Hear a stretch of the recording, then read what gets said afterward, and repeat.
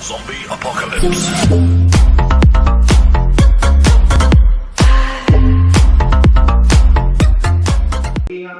Y esperamos que esta tarde sea un encuentro donde nos llevemos gratos recuerdos con ocasión de la celebración del Día del Maestro. Recibamos con un fuerte aplauso al congresista Judy Simón Munaro, segundo vicepresidente del Congreso de la República.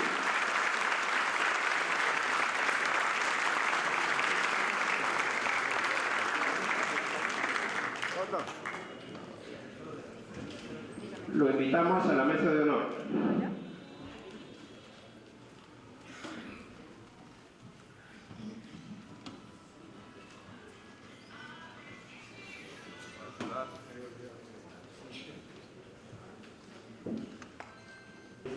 En el mérito de distinción, labor y docencia preuniversitaria, vamos a llamar en primer lugar en homenaje póstumo al señor Reno Menéndez, pero me dicen que está una representante, su hija, ¿sí? Invitamos a la hija o a la esposa del señor Reno Menéndez.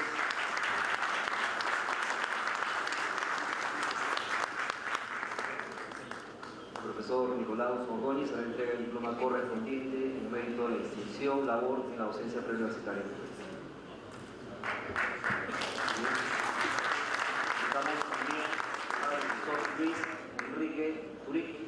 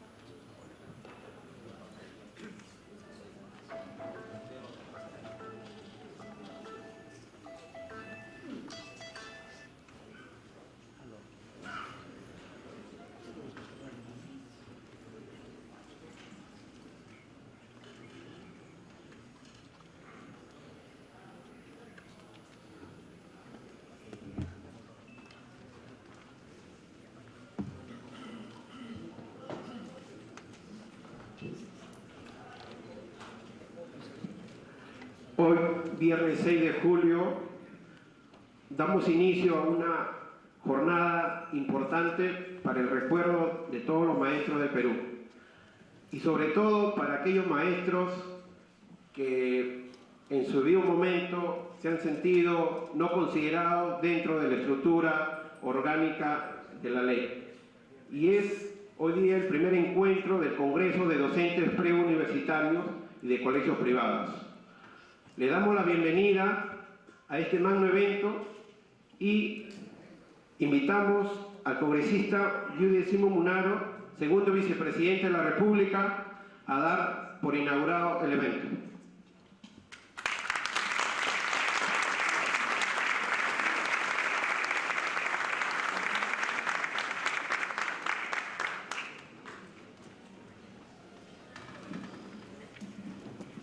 Muy buenas tardes a todos los profesores, hombres y mujeres que nos acompañan en este evento, que es el primero que se da a nivel de profesores de academias o institutos preuniversitarios.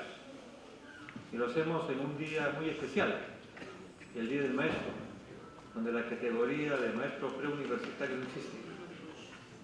Y sin embargo, justamente estos maestros y maestras son fundamentales, piezas fundamentales para poder formar en los momentos más difíciles a los jóvenes para que puedan ingresar en su carrera universitaria. Y nos parece bien hacerlo porque de esa manera vamos a ir buscando el camino que nos permita tener una ley exclusivamente para ustedes, para que de esa manera se pueda respetar lo que significa el maestro en nuestro país. Yo quiero saludar la presencia de la ex ministra de Educación y una persona que ha trabajado mucho por educación al margen de aciertos, de desaciertos, pero que ha dado toda su vida por el sector de educación. ¿No? Lo decimos con todo cariño, por cierto, a nuestra señora Nación Femenina.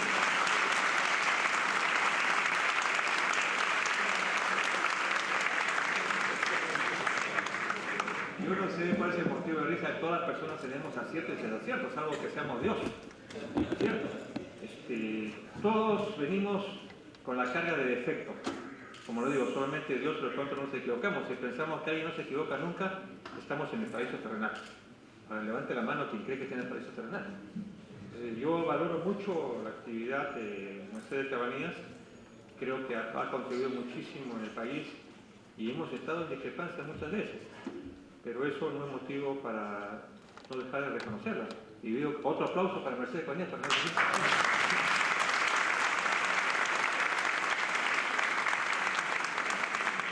Por cierto, mi reconocimiento al doctor Javier Mujica, especialista laboral, al sociólogo Nicolás Ordóñez Barrueta y por cierto también al secretario general de la Agremiación de Docentes Preuniversitarios, profesor Ricardo Rizábal Arroyo, para quienes pido por favor también.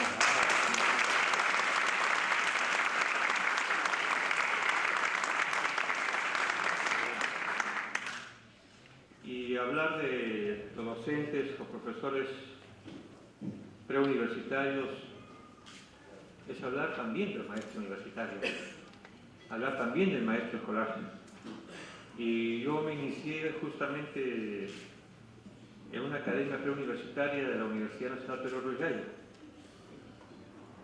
No porque en mi colegio me hayan formado mal, mi colegio era uno de los mejores de mi región antes del departamento, sino porque necesitábamos siempre fortalezas y porque siempre sentíamos de que muchas veces el colegio nos daba muchas bases, pero no la profundidad para estar preparado para un examen universitario, que es absolutamente diferente a lo de ahora.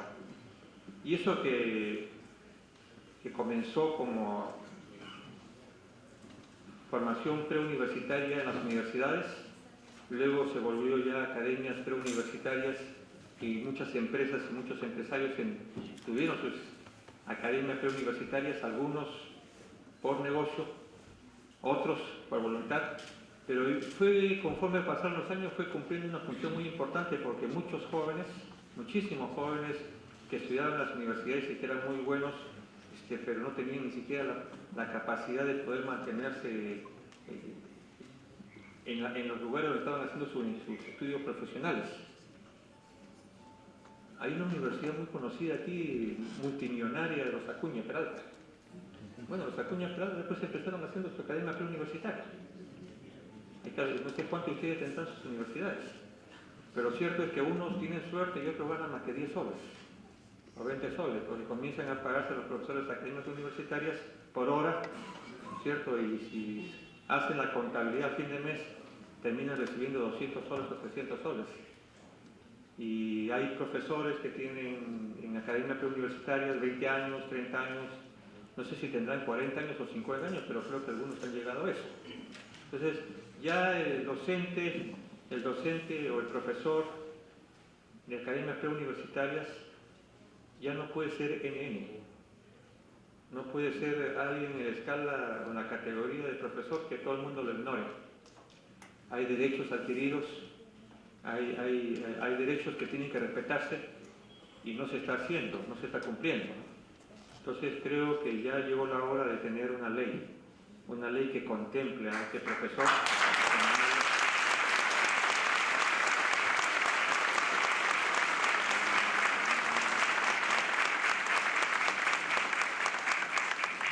Y estoy seguro que no solamente yo, sino muchos congresistas asumiremos después de un diálogo que tengamos con el secretario del gremio de ustedes, las propuestas que puedan tener ustedes para estudiarlas, analizarlas, ver qué puede ir, para no exagerar, qué no puede ir y además adaptar a los tiempos modernos. Hoy no solamente estamos en un tema de educación en infraestructura conocida, sino también estamos en educación virtual.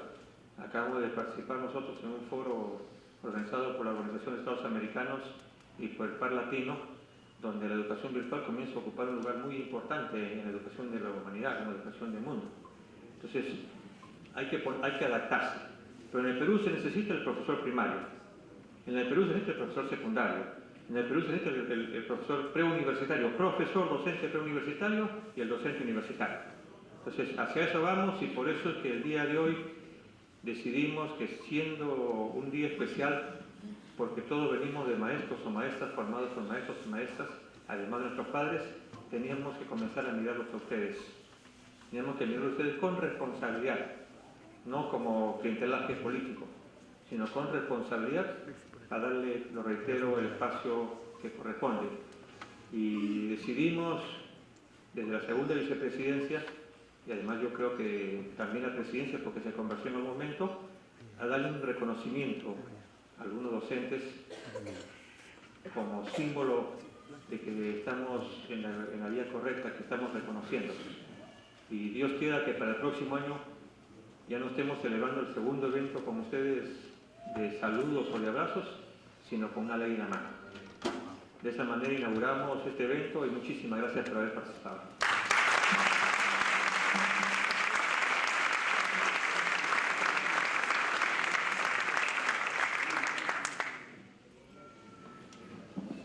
Agradecemos las palabras del congresista Yude Simo Munaro, segundo vicepresidente del Congreso de la República. Vamos en un acto simbólico a hacer entrega de las primeras cinco diplomas, ¿no?, a 5 destacados maestros, y luego sigue las ponencias y más adelante se entrega otro grupo de diplomas.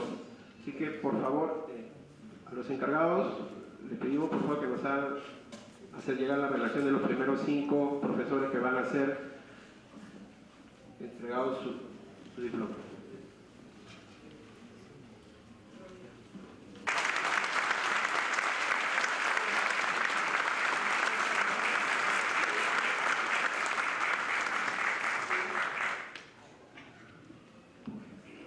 Rocío, por favor, el diploma.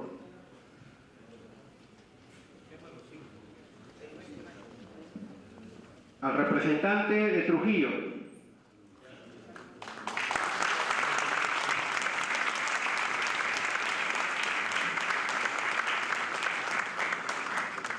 Al señor Nicolás Ordóñez. Al señor José Ríos. Y al señor Mario Quicaña.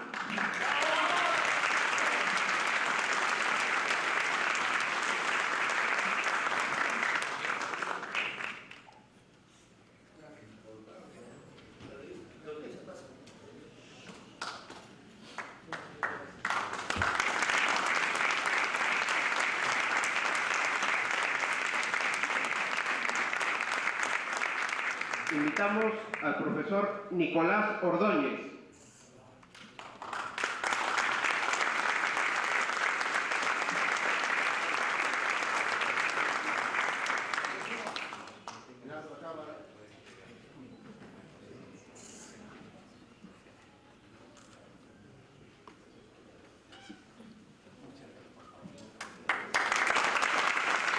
Al profesor representando al sindicato de profesores de Trujillo, lo invitamos a subir. Adelante. Señor Javier Hernández.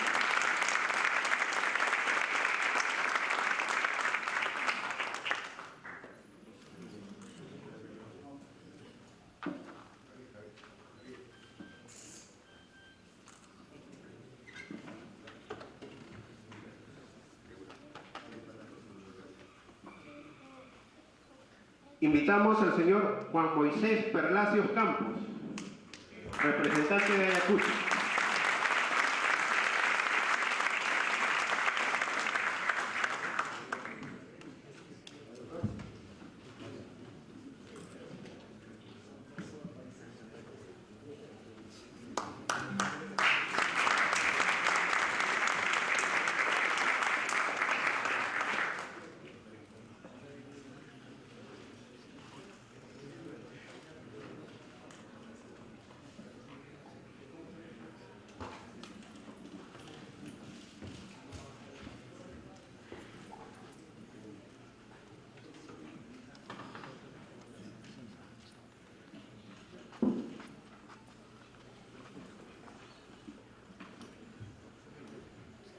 Invitamos al señor José Ríos.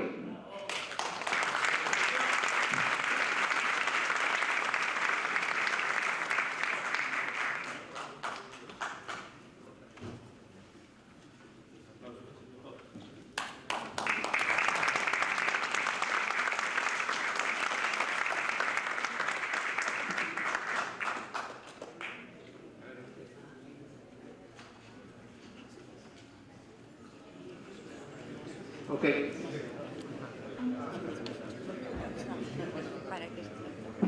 Vamos a tener que acercarnos para entregar el diploma al señor Mario Quicaña. Beja. Un aplauso, por favor.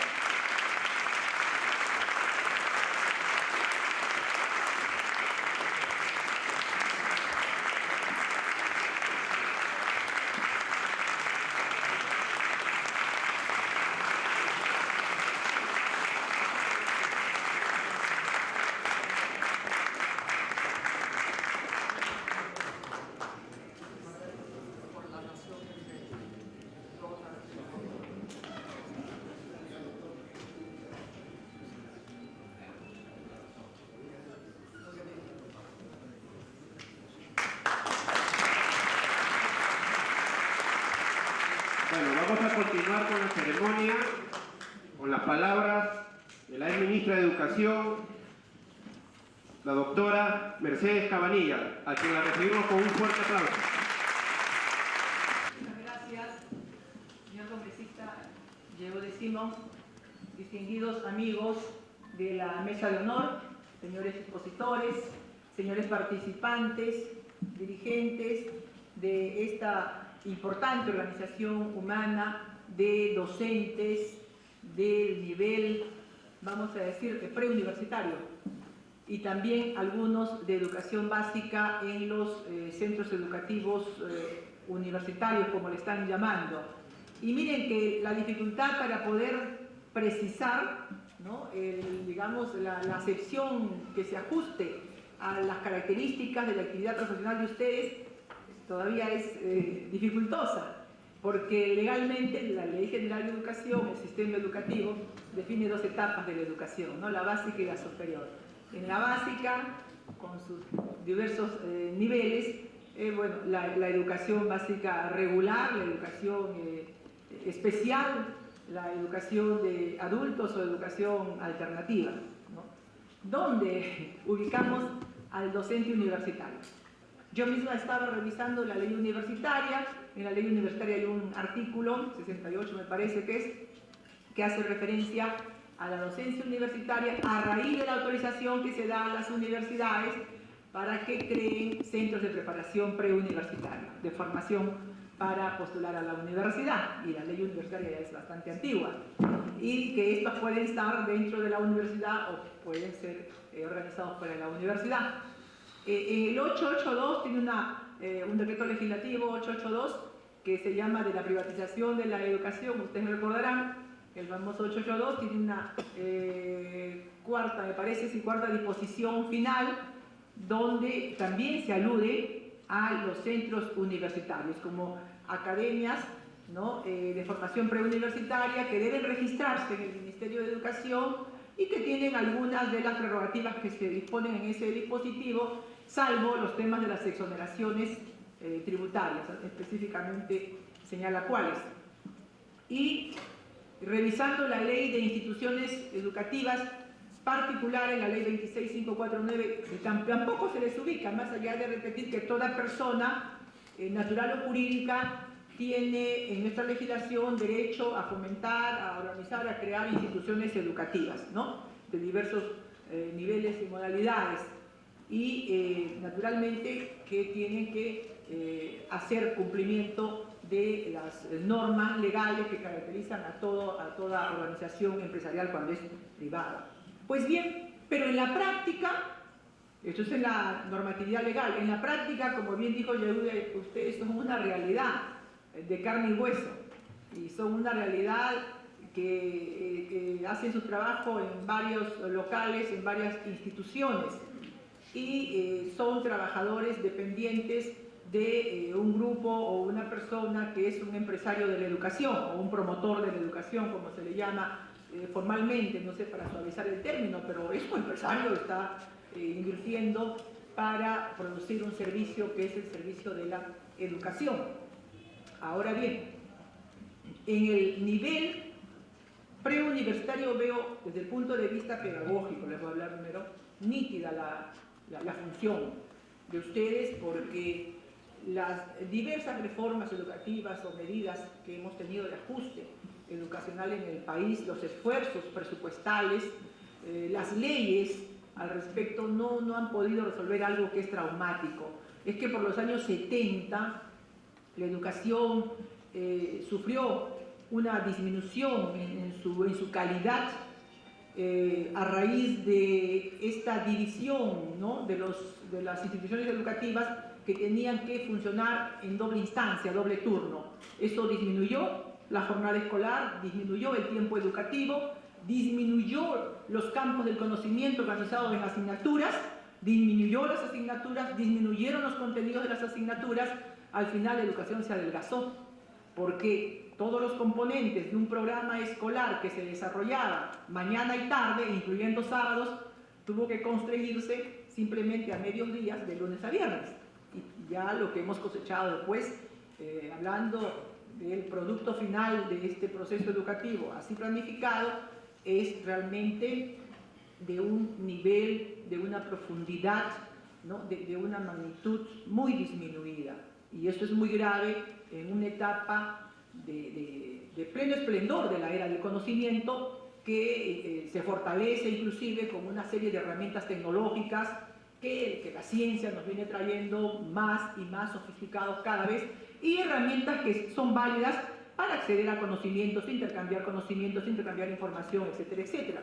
Entonces, si hoy día vivimos en una sociedad que queremos que sea competitiva, donde los egresados de los centros de formación en todos sus niveles, y sobre todo el nivel superior máximo de profesionalización, tienen que ser exitosos por sus talentos, por sus capacidades, su creatividad, sus competencias, porque saben convivir, saben coexistir, son tolerantes, son ingeniosos, innovadores, proactivos, etcétera, etcétera. Y de repente no es lo que encontramos como formación final de la educación básica. Y entonces, para evitar ese bache entre la educación básica y la superior, de donde deben salir nuestros profesionales talentosos que he aludido, resulta que viene en auxilio el mundo, la academia, el centro de formación preuniversitaria, ¿no? Clarísimo, llenan un vacío que mucho nos duele a los maestros. Recordamos los varios debates en los que he participado, trabajando leyes de educación, algunos documentos de reforma, cuando decíamos pero que la existencia de las academias preuniversitarias eran la demostración que el sistema de educación básica había fracasado, ¿no? Siempre se definía así, nos dolía mucho eso, cuando se decía eso nos dolía mucho, pero esta realidad ha ido extendiéndose y configurándose hasta el mundo actual. De las primigenias academias, al menos en Lima, ¿no?, la de la UNI, me acuerdo perfectamente, de la Agraria, de la Universidad Nacional Federico Villarreal y de San Marcos, que organizaban los propios centros federados, y algunos hemos sido alumnos de nuestros colegas mayores, ya universitarios, que eran dirigentes estudiantiles, y creaban sus academias, sus centros de formación preuniversitaria, y el centro federado generaba algunos recursos colectivos, y eso era muy lindo. Después fue evolucionando, salió esto de la universidad, y hoy es una empresa, son muchas empresas a lo largo y ancho del país. Eso en el rango preuniversitario, inclusive teniendo el docente de este rango, de esta área, de este espacio, un perfil que es diferente totalmente del docente de educación básica. Una característica quizás sea también que no son puramente pedagogos ni docentes, son profesionales de varias disciplinas, ¿no?, que están haciendo docencia y que seguramente algunos han hecho una segunda especialidad, ¿no?, con pedagogía para las técnicas y la metodología, y eso es bueno, pero ya es bueno que vayan con una profesión, con especialidad, a hacer docencia, porque eso redunda en beneficio de los alumnos que reciben del matemático del químico, del biólogo, como puede ser del historiador, ¿no? Una clase excelente que va a ir de mayor profundidad y más nivel que la de un profesor, ¿no? Graduado en educación y especializado en ciencias sociales, por ejemplo, que tiene todo un poco, pero nada en profundidad. Y eso se ha comentado muchas veces, así que no estoy diciendo nada nuevo. Y también creo que ustedes usan una metodología que no es propiamente la metodología con la que se trabaja con los adolescentes y niños de la educación básica, ¿verdad?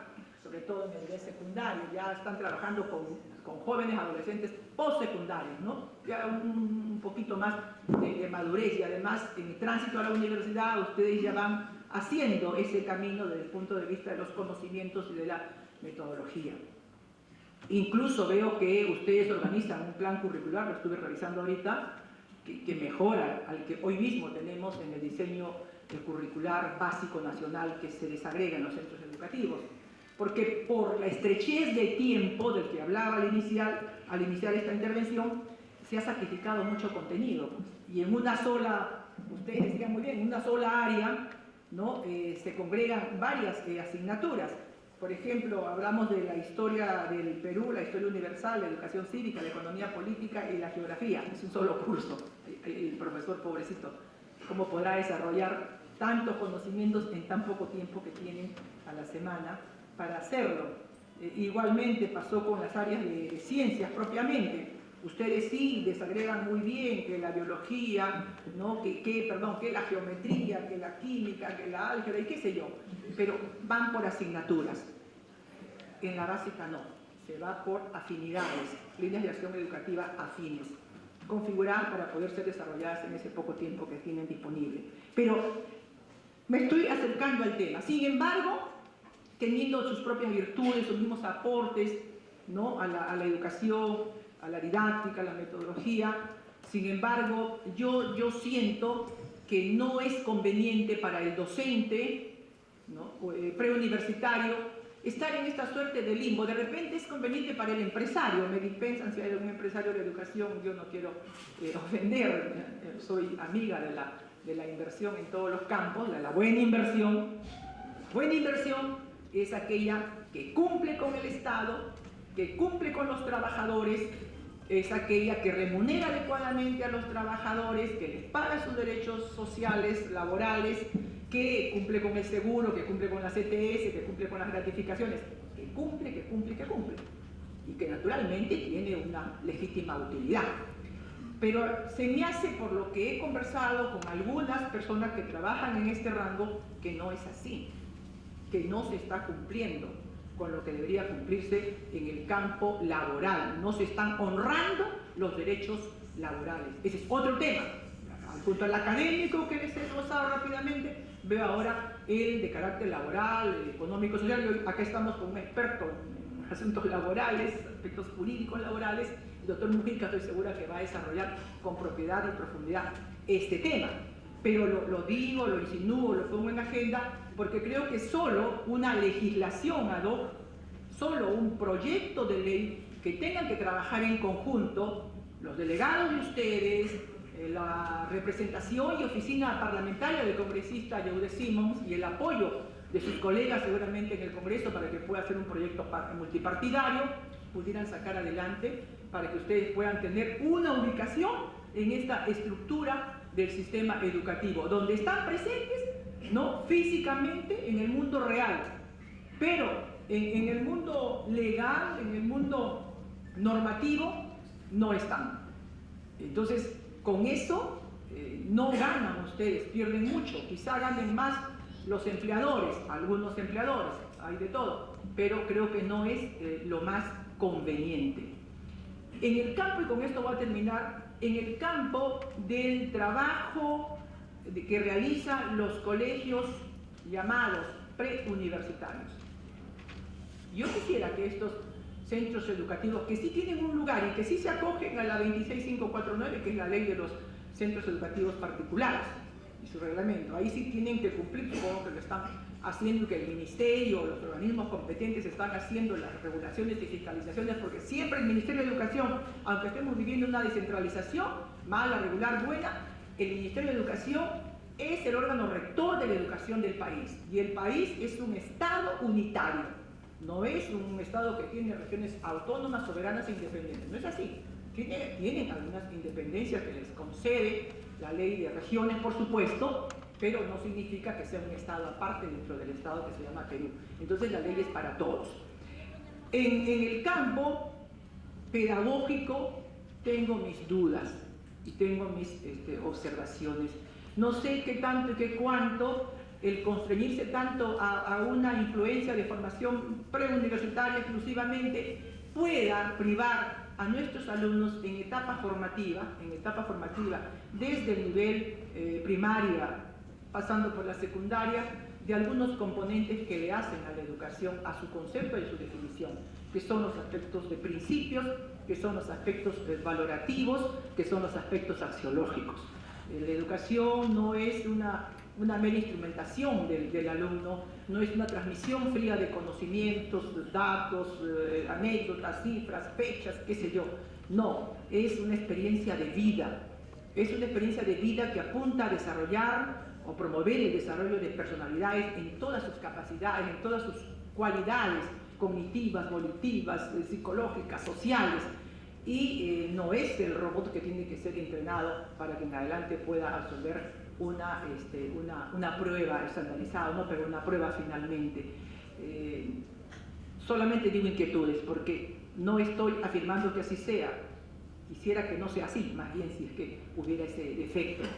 Porque por haber visto que a veces algunas empresas, por cierto marketing publicitario, hacen postular a la universidad a niños de 12, de 10 años, seguramente porque es impactante, ¿no? El padre de familia dice, qué buen colegio, mira, si a los 12 años es capaz de postular e ingresar, ¿no? Pero eso de quemar etapas no tiene mayor sentido. Los niños deben vivir extensamente e intensamente todas las etapas de su vida, deben de gozarlas porque son etapas que no se repiten, y entonces hay que respetar la madurez psicobiológica del educando. Eso en cuanto a una simple reflexión y comentario para esta etapa de la educación, que si esto se cumple en buena hora, serán pues una modalidad más de institución educativa. Lo que sí quiero decir, para no cansarlos, terminar pronto esto, es que definitivamente creo, estoy convencida, que la única solución a los problemas o dificultades que como en todo conglomerado laboral puedan existir, se resuelve con una legislación. Hay que dar una legislación para este nivel educativo. No pueden quedarse como fantasmas en un mundo donde inclusive están contribuyendo con su esfuerzo para con el éxito de tantos muchachos que han logrado de esta manera buscarse un lugar en un centro universitario y con ello labrarse una profesión y una carrera. Pues bien, dicho esto, les digo solamente que conmigo, desde mi posición de educadora, ahora estoy en la docencia universitaria, ya les dije a sus dirigentes, pueden contar con mi apoyo y en lo que yo pueda aportar, con mis consejos, pues ahí me tendrán. Deseo todo el éxito del mundo a este primer congreso de docentes de instituciones preuniversitarias que se reúnen en un día tan especial como hoy, el Día del Maestro, y que tengan ustedes, terminando ya en esta hora vespertina casi, el Día del Maestro, una extraordinaria celebración y un hecho muy importante, porque pueden dar los primeros pasos para esa legislación que están necesitando, y ojalá veamos nacer en el peruano esa norma dentro de poco tiempo. Muchas gracias.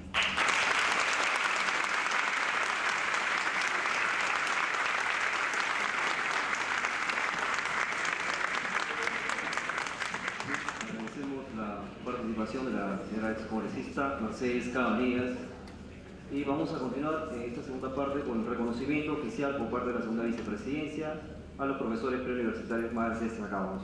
Vamos a llamar en primer lugar al señor José Cavada Reyes.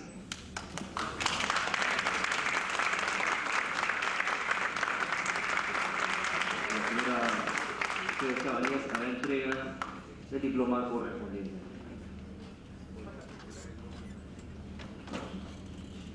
En mérito a la distinguida labor en la docencia preuniversitaria.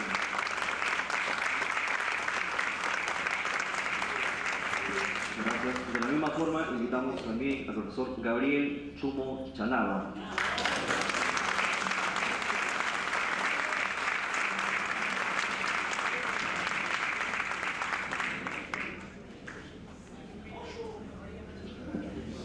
Se va preparando. Con la profesión del magisterio, y además es una profesión que valoro muchísimo. Creo que ustedes cumplen una función pública primordial, que satisfacen una necesidad social esencial, que resuelven un vacío de la educación peruana, que es expresión de los déficits que ya fueron advertidos en la exposición de la doctora Mercedes Cabanillas. Tenemos un sistema de educación básica que no forma para el trabajo y que tampoco forma para la universidad. Incluso tenemos una educación universitaria que muchas veces tampoco forma para el trabajo adecuadamente, porque no hay una correspondencia entre esa formación universitaria, sus contenidos y su cobertura en relación con las demandas del mercado de trabajo reales en el Perú, razón por la cual hay muchos universitarios egresados o licenciados, titulados, que no tienen ni encuentran un empleo adecuado a sus capacidades. La formación preuniversitaria que ustedes desempeñan es una formación que satisface esos vacíos, que desarrolla capacidades y habilidades, además de integrar conocimientos que son indispensables para que nuestra juventud, para que nuestros hijos e hijas tengan la oportunidad de poder acceder a un grado de formación superior, que es indispensable para su propio desarrollo humano y personal. Al trabajar el tema para el que fue invitado el día de hoy, que fue el tema de la problemática de los docentes preuniversitarios, y pensar, reflexionar sobre las bases de lo que podría ser una ley del docente preuniversitario, en realidad me hice muchas preguntas. En primer lugar, yo creo que ustedes no son un sector NN del mundo laboral. Ustedes son trabajadores dependientes. Su trabajo es un trabajo por cuenta ajena, normalmente, y están sujetos al régimen laboral de la actividad privada, de manera tal que no se puede decir que no tienen legalmente reconocidos derechos.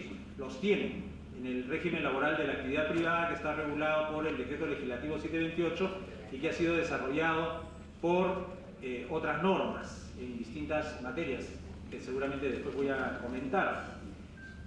Tampoco es que estén desconectados de la legislación que tiene que ver con el magisterio, puesto que, como lo ha recordado también la doctora Cabanillas, sí están mencionados, por lo menos explícitamente en una de ellas e implícitamente en otras, en el Decreto Legislativo 882 con toda seguridad, y en otras de manera implícita, puesto que normalmente ustedes prestan sus labores en centros educativos particulares, ¿o me equivoco? ¿Correcto? Correcto. Yo quisiera empezar diciendo entonces, para poder enfocar esta problemática, partiendo de lo básico, ¿no? Que es la siguiente imagen, que estamos hablando de derechos humanos fundamentales, que se necesita garantizar los derechos humanos laborales de los docentes preuniversitarios para que puedan ejercer otros derechos. Y el principal quizás de estos otros derechos es el que está anclado en el principio de igualdad de trato y no discriminación. Los derechos de los trabajadores, de las personas que trabajan, han sido reconocidos en una muy amplia gama de tratados internacionales sobre derechos humanos que el Perú ha ratificado. Ahí se citan algunos: el Pacto Internacional de Derechos Económicos, Sociales y Culturales, la Declaración Americana sobre Derechos del Hombre, la Convención Americana sobre Derechos Humanos, el protocolo adicional de la Convención Americana sobre Derechos Humanos en materia de derechos económicos, sociales, culturales, llamado Protocolo de San Salvador, o en varios, si no en la mayoría, de los convenios de la Organización Internacional del Trabajo, que aunque no digan explícitamente que rigen en ninguno de esos casos para los docentes preuniversitarios, rigen para todos. Es decir, que los amparan para garantizar sus derechos fundamentales en el trabajo. ¿Sí? Y eso está en conexión con lo que la Organización Internacional del Trabajo, la OIT, llama la necesidad de proteger el trabajo decente. También se usa la categoría de trabajo digno, pero digamos, la terminología más habitualmente empleada en la OIT es la de trabajo decente. Y la idea del trabajo decente está conectada con una visión holística, integral, de lo que son los derechos humanos de las personas que trabajan. Un trabajo decente es un trabajo que garantiza la totalidad de los derechos humanos de las personas que trabajan. Y esa totalidad de derechos es indispensable para que puedan llevar adelante un proyecto de vida con un nivel de dignidad y decoro. ¿Y qué cosa es la dignidad? La dignidad es el respeto ajeno. La dignidad es el respeto de mi condición, no solamente de ser una persona libre, sino igual al resto. Cuando se mancilla mi dignidad es porque no se respeta esa condición de igualdad y porque se me considera o trata de una manera inferior a la forma en que son tratados los demás. En eso consiste esencialmente esta noción de dignidad y de trabajo decente. Entonces, ¿cuándo no estaríamos ante un trabajo decente? No estamos ante un trabajo decente cuando se implementa contraviniendo los principios y los derechos laborales fundamentales. Cuando no se permite el acceso a un ingreso justo y proporcional a los esfuerzos realizados y a las propias necesidades de desenvolvimiento personal o de las familias de las personas que trabajan. Cuando se lleva a cabo de una manera discriminatoria, sea por una razón de género o por cualquier otro motivo. Por ejemplo, que haya una legislación defectuosa que no desarrolla explícitamente mis derechos. Eso no debería ocurrir porque en un país medianamente civilizado, apelando a un recurso de interpretación extensa y, como se dice, pro homine, o sea, en favor de la persona, o pro laborem, o sea, en favor de las personas que trabajan, debería reconocérseme todos los derechos que se le reconocen a los demás, o por lo menos a los de mi categoría, en igualdad de condiciones. También cuando se carece de protección social, puede ser que formalmente en la ley yo deba tener acceso a un régimen de protección social en materia de seguridad social o de seguridad o de salud en el trabajo, pero que no lo tengan en la vida real. Y eso no constituye un trabajo decente. O cuando se carece de las herramientas que permitan que las personas que trabajan puedan mejorar sus condiciones de empleo a través del diálogo social, del tripartismo, a través de la relación organizada y colectiva de los trabajadores con sus empleadores y de una intervención protectora por parte del Estado. Eso se ha olvidado mucho en el Perú durante los últimos 20 años, pero el Estado no puede cumplir una función neutra. El Estado neutro es el Estado cómplice de los abusos del más poderoso sobre de los que no tienen una equiparidad de condiciones con los poderosos. Cuando el Estado dice yo soy neutro, yo no puedo inclinarme por ninguna parte, el Estado se está convirtiendo en cómplice de las violaciones de los derechos de los que menos recursos tienen para defenderse o para garantizarlos. En materia del derecho social, parte del cual es el derecho laboral, el Estado tiene que tener una función garantista, una función de equiparamiento de las condiciones de ejercicio de los derechos por quien es la parte más débil en la relación laboral, que son los trabajadores. Entonces creo que ese también es un aspecto que hay que tener presente cuando hablamos de esta problemática y de sus eventuales alternativas. Siguiente. Los profesores han estado presentes en la historia del Perú desde muy temprano, desde su independencia prácticamente. En la primera constitución peruana, en el siglo pasado quiero decir. En la Constitución de 1920 ya se hablaba del profesorado como una carrera pública, es decir, como una carrera que satisface un bien social, una necesidad de orden público.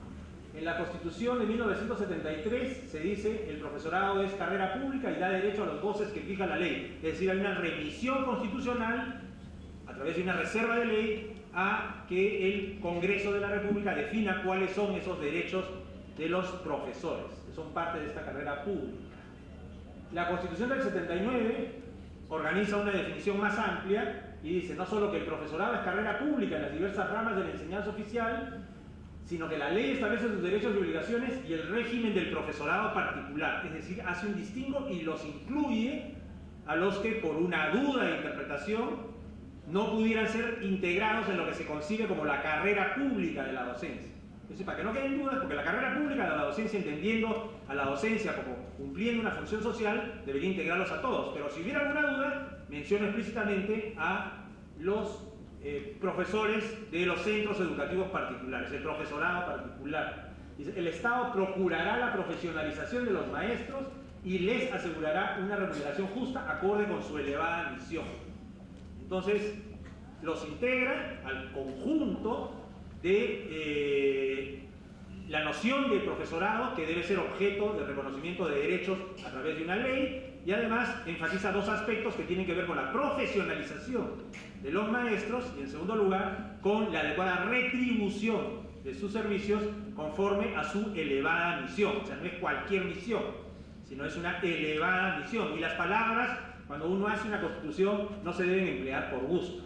Las palabras que se emplean en una constitución deben generar consecuencias. De manera tal que si yo le digo a un legislador que tiene que regular los derechos de alguien que está comprometido en una elevada misión, le estoy enviando un mandato que tiene un énfasis diferente de cualquier otro. No ha ocurrido eso, lamentablemente, para ustedes. La Constitución de 1993 dice: el profesorado en la enseñanza oficial es carrera pública. La ley establece los requisitos para desempeñarse como director o profesor de un centro educativo, así como sus derechos y obligaciones. El Estado y la sociedad procuran su evaluación, capacitación, profesionalización y promoción permanentes. Es interesante porque la Constitución de 1993 vuelve al momento anterior en el que ya no distingue carrera pública de docencia particular. Yo creo que, para hacer una interpretación conforme a lo que ha sido la evolución del reconocimiento constitucional de las normas sobre el magisterio, porque los está integrando en el conjunto y no hace distingos. Y si la Constitución no hace distingos, la ley tampoco puede hacerlos. Entonces, ese es mi punto de partida. No puede haber una legislación que distinga: estos tienen derechos, estos no tienen derechos. Estos tienen más derechos, estos tienen menos derechos, si todos son docentes. ¿Ya? Esa también es una idea que me gustaría dejar claramente sentada. Siguiente, por favor. En los últimos 50 años se han dictado un conjunto de normas. Yo solo voy a citar algunas más importantes, no he incluido la ley de colegio, del colegio de profesores, pero las más importantes tienen que ver con el Estatuto Orgánico del Magisterio, que es una ley antigua, casi desde el momento en que yo nací, y eso es antiguo. El Estatuto y Escalafón del Magisterio Peruano, una norma de los años 60, y las más recientes, que tienen que ver con la ley del magisterio, que es una norma de la época del gobierno militar, y lo que está vigente hoy día, que es la ley del profesorado, que fue modificada en 1990. Entonces, es la ley 24029, que fue modificada por la ley 25212 y sus correspondientes reglamentos. Ese es el marco legal. Siguiente, por favor. Y estas normas que están vigentes, ¿qué cosa dicen? Dicen que la ley del profesorado, norma el régimen del profesorado como carrera pública y como ejercicio particular. En ese sentido, respete el mandato constitucional. En segundo lugar, que los profesores particulares se rigen por las disposiciones del régimen laboral del sector privado en cuanto sean compatibles con esa ley, ¿ya? Cosa que también repite el reglamento en su artículo 61. Entonces, su piso son los derechos laborales reconocidos por la legislación del régimen laboral privado, que es el régimen común. Decreto Legislativo 728, Decreto Supremo 003-97-TR, llamado de competitividad laboral. Y además, como dice la Constitución, el Ministerio de Educación promueve la profesionalización de los docentes que ejercen sin título pedagógico en la docencia privada. Esta última expresión también es interesante de ser mirada con atención y con lupa, porque esto tendría que ver con uno de los principales problemas, como veremos más adelante, de los profesores de la educación preuniversitaria, que tiene que ver con la certificación de competencias y la profesionalización. Ya lo tocaremos en su oportunidad. Siguiente, por favor. La ley del profesorado reconoce, gracias a las luchas de los maestros, no les regaló nada, las luchas de los maestros a lo largo de muchos años y décadas y muchos sacrificios, les ha reconocido un repertorio muy amplio de derechos laborales, de conquistas sociales. No solo laborales, también son sociales. Que ha ido más allá, que ha ensanchado el marco de protección de los derechos que reconoce el régimen laboral común. Es decir, si yo pongo a un trabajador y lo mido con la correa, con el cinturón del régimen laboral común, lo voy a tener como así. Pero si le integro los derechos que reconoce la ley del profesorado, ese reconocimiento y protección se ensancha así, porque son derechos más garantistas que los del régimen laboral común. Entonces ustedes tienen como piso los del régimen laboral común, pero la ley del profesorado reconoce derechos en un grado mayor que el que reconoce la legislación laboral común. En materia de estabilidad laboral, por ejemplo, hace referencia explícita no solamente a la conservación del puesto de trabajo, del que no pueden ser privados, sino por una causa justa prevista en la ley y debidamente sancionada o comprobada, sino que además se protege no solo el empleo, sino también la plaza, el nivel, el cargo, el lugar y el centro de trabajo. Es decir, es una combinación de estabilidad y de inamovilidad en el empleo y de garantía de no regresividad, no pérdida de nivel, no pérdida de cargo, etcétera, etcétera. Además, explícitamente la norma hace referencia a una remuneración justa. Bueno, se podría decir que eso también vale para los trabajadores del régimen laboral privado, pero dice además que ese reajuste cuando se incremente el costo de vida y, en segundo lugar, que no sea inferior nunca a la remuneración de los profesores estatales. Entonces establece parámetros de comparación que, si son peores, ¿no es cierto?, si el costo de vida evolucionara en menor grado de lo que significa el reajuste de los salarios de los profesores preuniversitarios, se debería aplicar ese reajuste. Si el costo de vida fuera superior al grado de ajuste de las remuneraciones de los profesores preuniversitarios, debería aplicarse el costo de vida. Si los salarios de los profesores estatales fueran inferiores a los de los profesores preuniversitarios, deberían primar los salarios de los profesores preuniversitarios. Pero si por alguna circunstancia los salarios de los profesores escolares, estatales, fueran superiores, se aplicarían estos últimos. Además, reconoce el derecho a participar en la formación, ejecución y evaluación de los planes de trabajo de su centro educativo, cosa que no necesariamente ocurre en relación con los derechos que tienen los trabajadores del régimen común. Se le reconoce el derecho a desempeñarse de forma creativa dentro del marco de la organización institucional. Todo esto son aspectos, dimensiones del derecho de participación, que aquí ha quedado muy disminuido después de las reformas posteriores a la década de los 70, donde el derecho a la participación en materia laboral alcanzó un grado muy extenso. Participación en la propiedad, en la gestión y en las utilidades de las empresas, eso se disolvió y hoy día los trabajadores casi no participan en la organización de su centro de trabajo y en la implementación de sus actividades. Apoyo estatal para capacitarse, perfeccionarse y especializarse profesionalmente. Vacaciones, pero las vacaciones del régimen laboral común son 30 días y se acabó. De acuerdo a la ley del profesorado, son 30 días más un sueldo adicional en esas vacaciones, aparte del sueldo ordinario, la remuneración básica. El derecho a ser informado periódicamente del estado de su evaluación profesional, el derecho a las garantías del debido proceso legal en materia sancionatoria, el 50% de descuento en transportes, hotelería estatal y espectáculos públicos, sobre todo culturales, el reconocimiento de los méritos de su labor, ser considerado en convenios de intercambio educativo, el reconocimiento de su tiempo de servicios, licencias por razones sindicales o políticas, derecho de libre asociación y sindicalización, condiciones de seguridad y salubridad en el trabajo, seguridad social y familiar, ser sujeto de crédito preferencial avalado por el Estado, una jornada laboral especial, de acuerdo al régimen especial de la labor educativa, que comprende las 24 horas pedagógicas, 45 minutos y hasta 30, el pago de horas extras, con una tasa distinta a la del régimen laboral común, incrementos salariales cada vez que se produzca un incremento de las pensiones del centro educativo, eso ni por asomo existe en la legislación laboral común, y los demás derechos reconocidos en la legislación laboral y en la Constitución.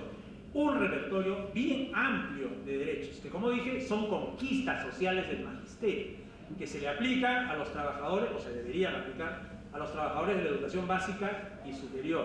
Además de eso, también, siguiente por favor, otras cosas que no hay en el régimen laboral común. Permisos sin compensación horaria por lactancia, 1 hora al día, por onomástico 1 día, por motivos personales hasta 3 días, por el día del maestro otro día más, licencias sin goce de remuneraciones por motivos particulares, 1 vez al año, hasta 1 año mejor dicho, por estudios de especialización o posgrado, hasta 2 años, por ejercicio de cargos electos o de confianza, indefinido mientras se dure el cargo, por enfermedad grave del cónyuge, no del trabajador, no del docente, por enfermedad grave del cónyuge, de los hijos, de los padres o hermanos del cónyuge, hasta 6 meses. Remuneración personal, 2% de la remuneración básica por cada año de servicios, un premio.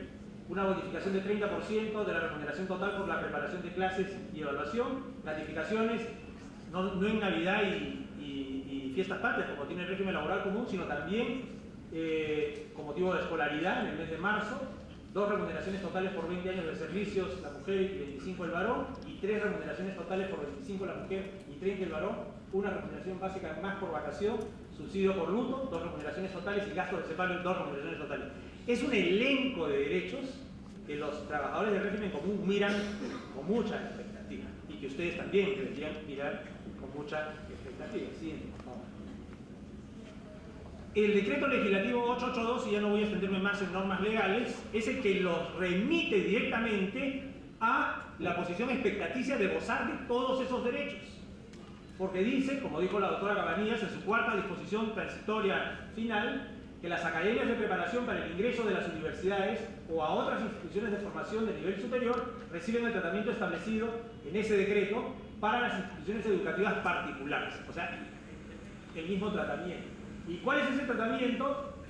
Que se rige por las normas del régimen laboral de la actividad privada. Y en segundo lugar, que a esas instituciones educativas particulares se les reconoce un régimen, entre otras cosas, todas muy buenas, pero para el empresario, de igualdad de trato. Entonces esa norma reconoce un régimen de igualdad de trato para el empresario, ahora llamado promotor, pero no para los trabajadores. Para los trabajadores dice, afirma, yo creo que esa norma no puede leerse descontextualizada de las otras, dice que se rigen exclusivamente por el régimen laboral de la actividad privada, o sea, los quita de la posibilidad de acceso a los derechos, los demás derechos de la ley del profesorado. No sé si me dejo de entender. Muy bien, siguiente, por favor. ¿Y qué pasa en la realidad? Pasa que hay graves dificultades para el acceso a los derechos y que esto afecta, en primer lugar, alrededor de cerca de 100.000 personas. No tengo estadísticas precisas, pero alguien del sindicato me refirió que eran aproximadamente 110.000 personas, de acuerdo a un registro que tiene el Ministerio de Educación, que está en la página web del Ministerio de Educación, que yo no lo he leído, pero hago una referencia que me dieron del sindicato. Y es una actividad pionera de alrededor de 50 años, pero en estas condiciones. ¿Y cuáles son las problemáticas más importantes? En primer lugar, esta problemática de los multiempleadores o simulación de multiempleadores que bloquea el acceso a los derechos laborales. Es decir, un profesor preuniversitario que trabaja para distintos empleadores. A lo mejor para uno, ya no sé si es Palmer, o si Pitágoras, o si, díganme ustedes, Trilce, o qué sé yo, pero resulta, yo trabajo para, yo creo que trabajo para Trilce, y trabajo en su sede de Breña, y su sede de Santa Anita, y su sede de la Avenida Arequipa, o qué sé yo. Aquí unas horas el lunes, allá otras horas el martes, acá otras el miércoles, pero resulta que como en teoría, no trabajo más de 4 horas diarias para ninguno de ellos, entonces me bloquean el acceso a los derechos laborales básicos, aunque sea el mismo empleador. Y eso es un problema. O sea, este tema de los, entre comillas, multiempleadores, que normalmente son simulaciones que esconden la existencia de un empleador común. ¿Ya? Hay el derecho laboral ha desarrollado un conjunto de herramientas que tienen que ver, por ejemplo, cuando se habla de la protección de los créditos laborales, que hacen plasmarse en la conducta del Estado cuando verifique el cumplimiento de las normas el principio de primacía de la realidad. Y eso se debería aplicar en este caso, es decir, develar, ¿no es cierto?, lo que está en la apariencia y ir al fondo del asunto. Entonces, si yo trabajo para distintas razones sociales, pero son de los mismos accionistas, estos responden mancomunada y solidariamente por mis derechos. Y eso tendría que estar reconocido. Yo creo que no necesita reconocerse en la ley, se debería aplicar. Pero si no hiciera falta, reconocerlo también.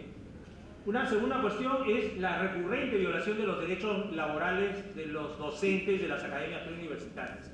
O sea, no les reconocen lo que tienen que pagarles, no les reconocen los sobretiempos, no les reconocen muchas veces ni siquiera su propia estabilidad o inscripción en planillas, menos su aseguramiento en salud o en pensiones y cosas por el estilo. un limitado ejercicio de los derechos colectivos, tienen un sindicato, pero no ha habido un desarrollo notable de la negociación colectiva. Porque lo que no te da la ley, te lo debería dar la negociación colectiva. La negociación colectiva es un mecanismo alternativo a la ley para generar una ley particular entre partes que me permita el reconocimiento y ejercicio de los derechos que de otra manera no tendría. Y en ese sector hay dificultades para el ejercicio de estos derechos colectivos. Y esas dificultades no son por gusto, no son casuales, no son accidentes, sino que ocurren porque precisamente se usan muchos mecanismos empresariales para impedir la organización sindical de los docentes preuniversitarios o el ejercicio de su derecho a la negociación colectiva.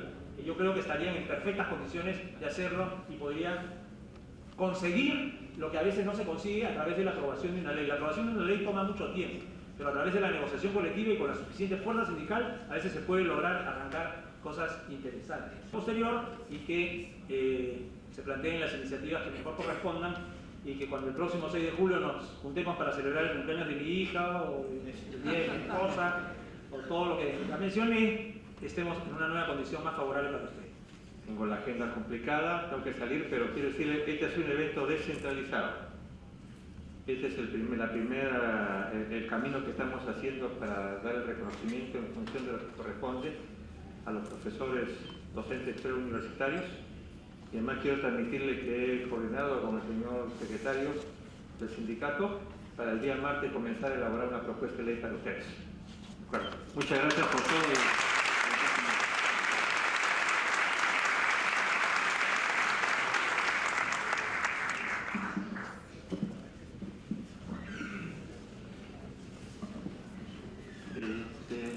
Distinguidos miembros de la mesa de honor, representantes de congresistas, me toma tocar la palabra representando al grupo Generación de Oro. Nosotros somos quienes hemos redactado este pequeño resumen que se ha entregado a cada uno de ustedes para que todos sepan qué es lo que hacemos nosotros. La doctora Mercedes Cabanillas lo ha estado estudiando y bueno, ha reconocido que este plan de trabajo es mucho más efectivo que el que se está aplicando a los colegios. Definitivamente no. Es otra estrategia, es otra forma de desarrollar. Nosotros no somos docentes en nuestra mayoría, a pesar de que alguno de nosotros ya ha empezado el camino de la docencia, pero la mayoría no lo somos. Hay personas que han estudiado ingeniería química, como quien habla, biólogos, ingenieros civiles, electrónicos, físicos, químicos puros, geógrafos, historiadores, de diversas carreras, pero docentes no. Entonces, ¿qué somos nosotros? ¿Será acaso que somos un problema realmente para esta sociedad que no sabe qué hacer con nosotros? ¿Eso es?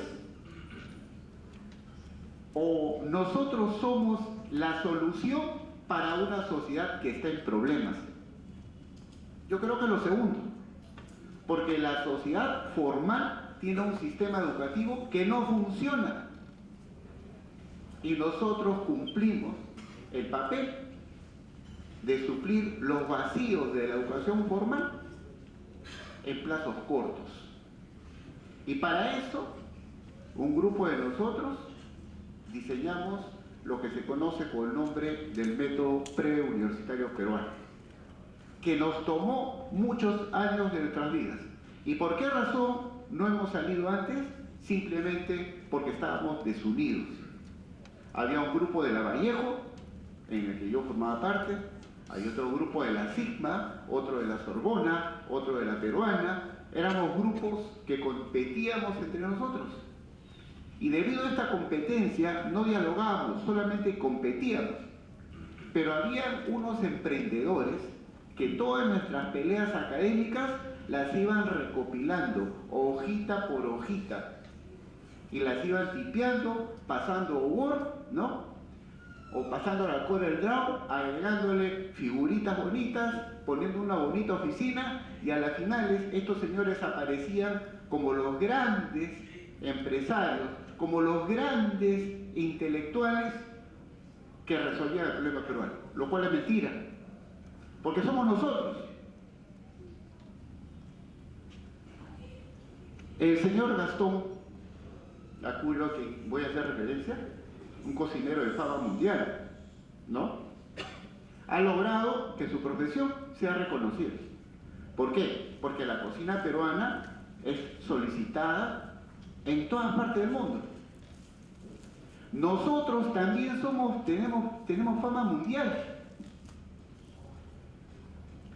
El Perú está ocupando el penúltimo o el antepenúltimo lugar en educación en el mundo. Esos son los resultados que da PISA. La educación en el Perú está mal, está pésima. No funciona, no ata ni desata. Y entonces, ¿cómo explica que los alumnos peruanos están ganando olimpiadas de matemáticas, de física, de química, de biología, en países como Suecia, Suiza, Japón? Viajan y ganan. ¿Qué los hace diferentes a estos chicos? Estos chicos se preparan con profesores preuniversitarios. No se preparan con docentes normales, no se preparan con profesores de la universidad, se preparan con profesores preuniversitarios que utilizan el método preuniversitario peruano.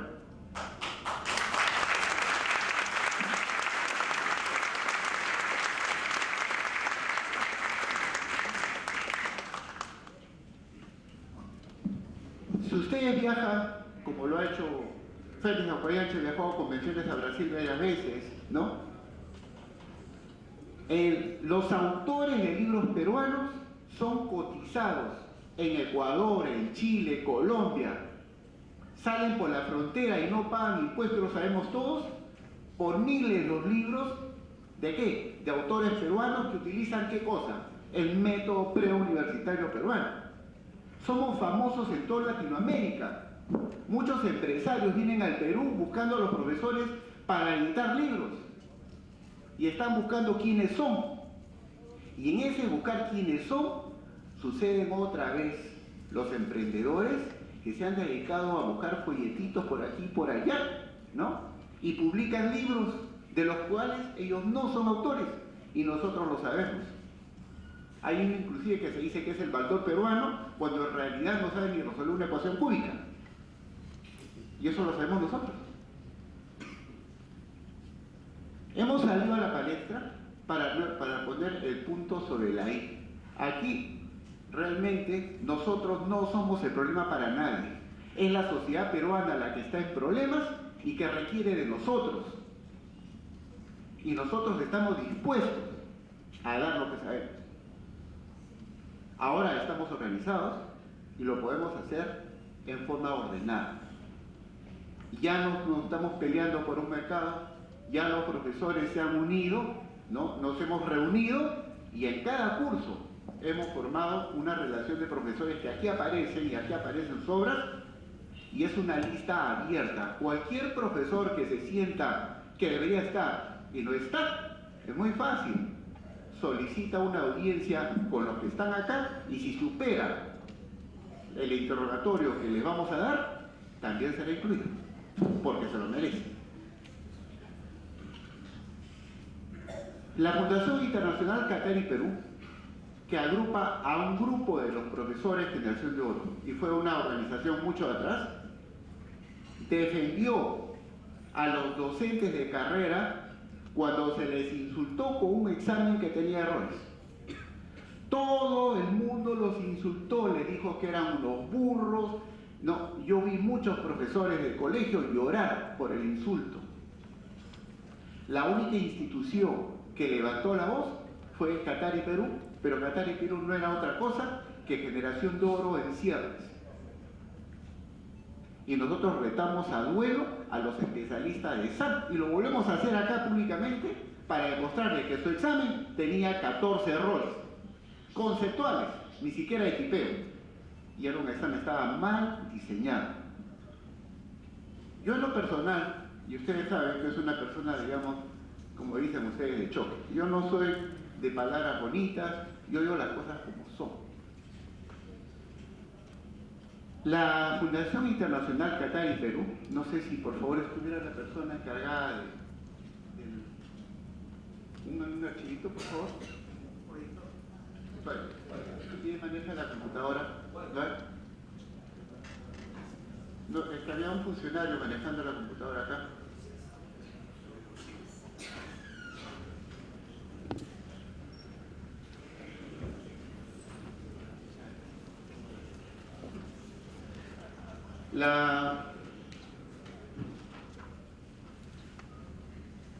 Hay un solo archivo. Mucho se habla, mucho se dice, que Finlandia es la mejor educación que hay en el mundo. ¿Por qué? Porque Finlandia utiliza lo que se conoce por el nombre de los círculos de aprendizaje significativos. ¿Qué son? Que la mejor educación se consigue en el grupo, no la individual. Y eso es verdad, la mejor educación se consigue en grupo. Generación de Oro ha desarrollado una técnica que permite formar círculos de aprendizaje en todos los cursos. En todos los cursos. Y necesitamos un interlocutor válido con el gobierno para poder nosotros aplicar esto. Porque parte de ese diseño implica que el profesor que enseña a estos niños tiene que ser un profesor, digamos, de 18 sobre 20. Y eso solamente lo vamos a conseguir cuando nosotros traslademos nuestros contenidos hacia los maestros. Los maestros del colegio saben cómo enseñar. Se han gastado millones de dólares en enseñarles la pedagogía. Ellos ya lo saben y siguen invirtiendo más plata en la pedagogía. Ya no necesitan la pedagogía, ya la saben. ¿Saben qué les falta? El qué enseñar. Les faltan los contenidos. Profesores de matemáticas que no dominan matemáticas, profesores de física que no dominan físicas. Claro, los tienen que reactualizar y no es culpa de ellos, porque ese problema viene desde su formación. Pero esa responsabilidad de actualizarlos no puede recaer en los profesores preuniversitarios, porque son profesores que están acostumbrados a dar contenidos en 4 años. Ellos necesitan profesores que estén acostumbrados a darles contenidos en 8 meses. ¿Quiénes? Nosotros. Nosotros podemos ayudar a corregir todo esto que está sucediendo. Por favor, la primera. He querido dar una muestra de lo que nosotros hacemos. Los profesores preuniversitarios tenemos 2 cosas: los contenidos perfeccionados a lo máximo que se puede y la heurística. La heurística aplicada a cada uno de los temas y los ítems. Algo que no hay en el mundo, no existe. Ningún país lo tiene. Acá en Perú lo tenemos, lo hemos desarrollado. Y por eso ganamos las Olimpiadas. Porque lo formamos mejor, lo preparamos, tenemos mejores técnicas para hacerlo. Voy a hacer un poquito de heurística y voy a hablar del efecto Tyndall. ¿Qué es el efecto Tyndall? La segunda. El efecto Tyndall, hablando en términos científicos, significa, digamos, que una solución que tenga partículas, no solución, una suspensión que tenga partículas, si tú le enfocas una luz, vas a ver como un polvito flotando dentro de él. ¿No? La siguiente pantalla. En el aire también hay una suspensión. Por ejemplo, ahí los rayos, ¿no?, en una penumbra hacen ver algo, ¿no? Cuando ustedes están en un cuarto oscuro y hay un huequito por el cuarto oscuro, van a ver como un caminito, y si lo miran el caminito, notarán que hay un polvito flotante. Pero ese polvillo no solamente está en esa habitación, ese polvillo está en todo sitio, en todo lugar. En este momento está ese polvillo flotando y nosotros lo estamos respirando.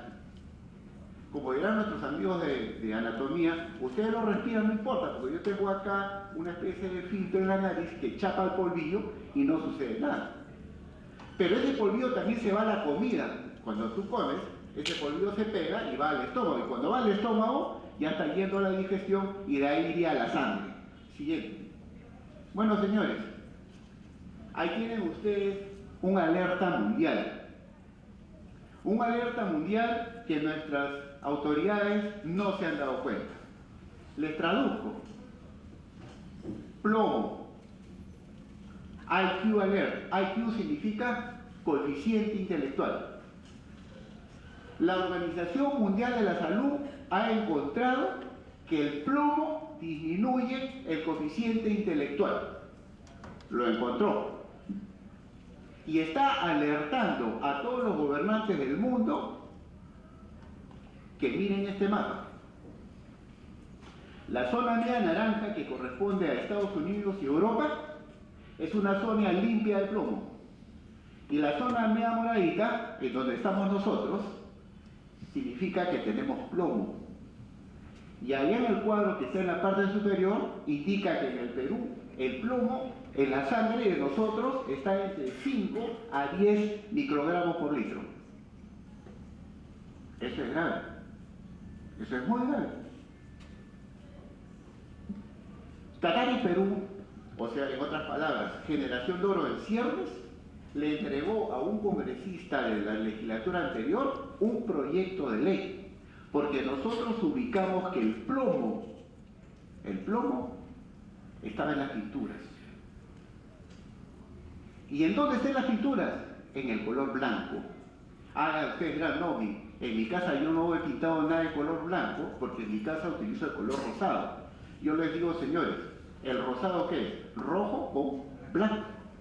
No, que en mi casa está de celeste, azul con blanco. El blanco va en todas las tonalidades. Es decir, ustedes tienen todas sus habitaciones plomeadas. Y sus niños duermen respirando polvo de plomo, que es las partículas que están en el aire. Caminas por la calle, las paredes están pintadas con plomo. Yo he percatado un detalle. Las compañías de pinturas tienen una publicidad más millonaria que los bancos. No sé si se habrán dado cuenta de eso. ¿No será tal vez que sus márgenes son mayores? Porque los insumos que están utilizando son despreciados en todo el mundo y acá o te lo regalan o te lo dan a precios ínfimos. Por la siguiente pantalla. Siguiente pantalla. Miren, y eso ahora que ustedes están incursionando en colegios, se habrán dado cuenta, ¿no? Y el nivel de delincuencia. Sigan. Sigue.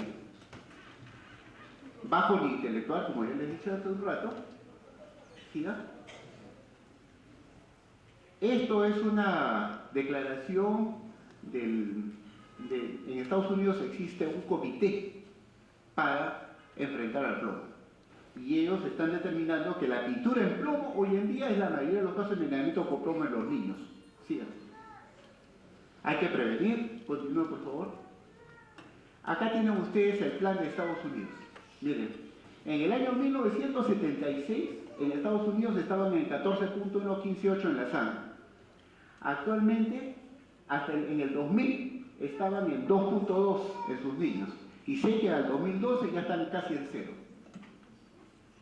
Hago esta muestra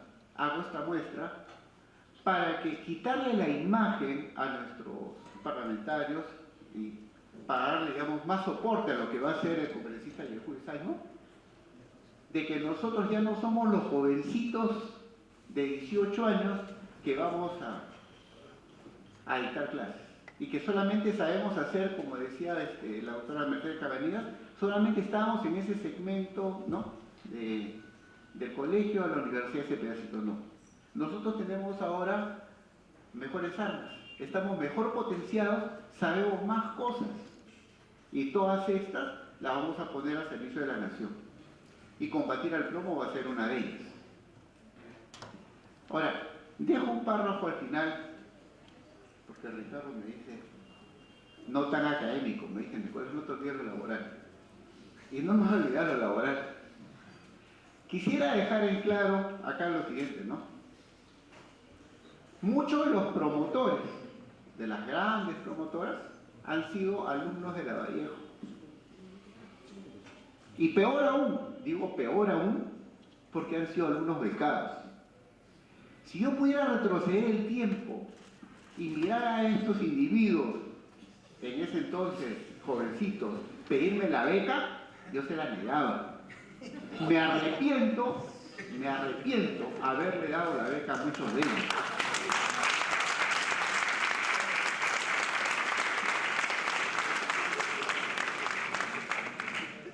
No se puede ser tan miserable, no se puede tener tan mala entraña el tratar de ganar más dinero a costa del sufrimiento y la pobreza de los demás.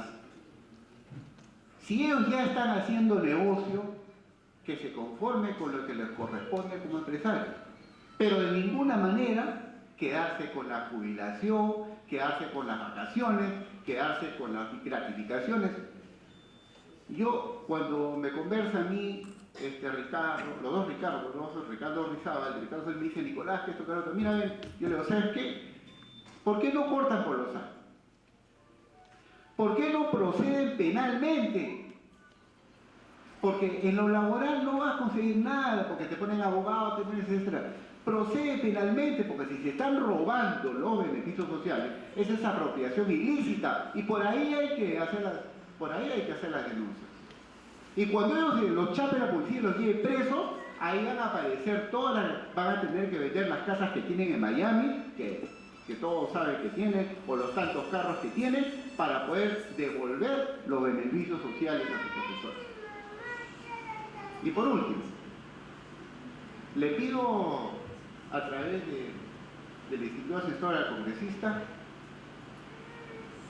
que se dé una ley que En el mérito de distinción, labor y docencia preuniversitaria, vamos a llamar en primer lugar en homenaje póstumo al señor Reno Menéndez, pero me dicen que está una representante, su hija, ¿sí?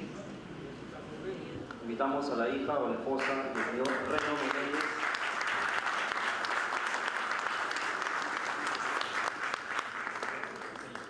El profesor Nicolás Ordóñez a la entrega del diploma correspondiente en el mérito de distinción, labor en la docencia preuniversitaria.